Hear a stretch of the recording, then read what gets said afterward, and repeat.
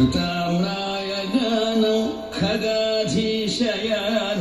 విముక్తిర్నిదానం హరారాతిమానం స్వభక్తానుకూలం జగద్వృక్షమూలం స్వభక్తానుకూలం జగద్వృక్షమూలం నిరస్తారశూలం భజేగం భజేగం నిరస్తారశూలం భజేగం భజేగం కృతామ్నాయగానం ఖగాధీశయానం విముక్తిర్నిదానం హరారాతిమానం స్వభక్తానుకూలం జగద్వృక్షమూలం స్వభక్తానుకూలం జగద్వృక్షమూలం నిరస్తారశూలం భజేగం భజేగం నిరస్తారశూలం భజేగం భజేగం.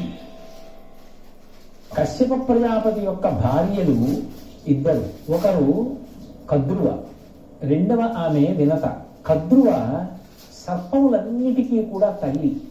ఆ సర్పములలో ఆదిశేషుడున్నాడు, వాసుకి ఉన్నాడు, ఇటువంటి వారు ఎందరో ప్రముఖులు ఉన్నారు.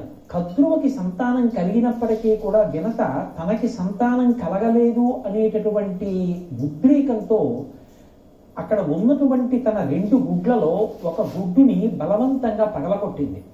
నడుం వరకే శరీరం ఉన్నటువంటి అనూరుడు అందులోంచి పైకొచ్చి పూర్తిగా శరీరం ఏర్పడకుండా తొందరపడ్డావు, అందుచేత నువ్వు కొంతకాలం కద్రువుకి దాస్యం చేస్తావు, నీ దాస్య విముక్తికి తర్వాత పుట్టబోయేటటువంటి పిల్లవాడు కారణమవుతాడు, తొందరపడి ఆ గుడ్డు బద్దల కొట్టవద్దు.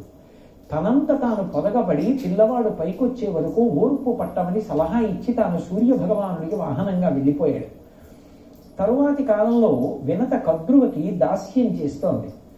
ఈ 2వ గుడ్డు బద్దల కొట్టుకుని అందులోంచి మహానుభావుడైనటువంటి గరుత్మంతుడు పైకొచ్చాడు. ఆయన యొక్క రెక్కలు అల్లారుస్తుంటే వేదనాదములు వినపడుతుంటాయి. కానీ తల్లి దాస్యంలో ఉంది కనుక తాను కూడా తన యొక్క పెదతల్లి అయినటువంటి కద్రువ కుమారులైనటువంటి సర్పములను భుజము మీద పెట్టుకుని మోస్తూ ఉండేవాడు. ఒకనాడు సూర్యమండలం వైపుకి బాగా పైకి ఎగరడంలో ఆ సూర్యుని యొక్క కిరణముల చేత తప్తమైనటువంటి ఆ సర్పములు బాధపడి కింద పడిపోయి కద్రువ ఇంద్రుణ్ణి ప్రార్థన చేసి వాటిని బతికించుకుంది.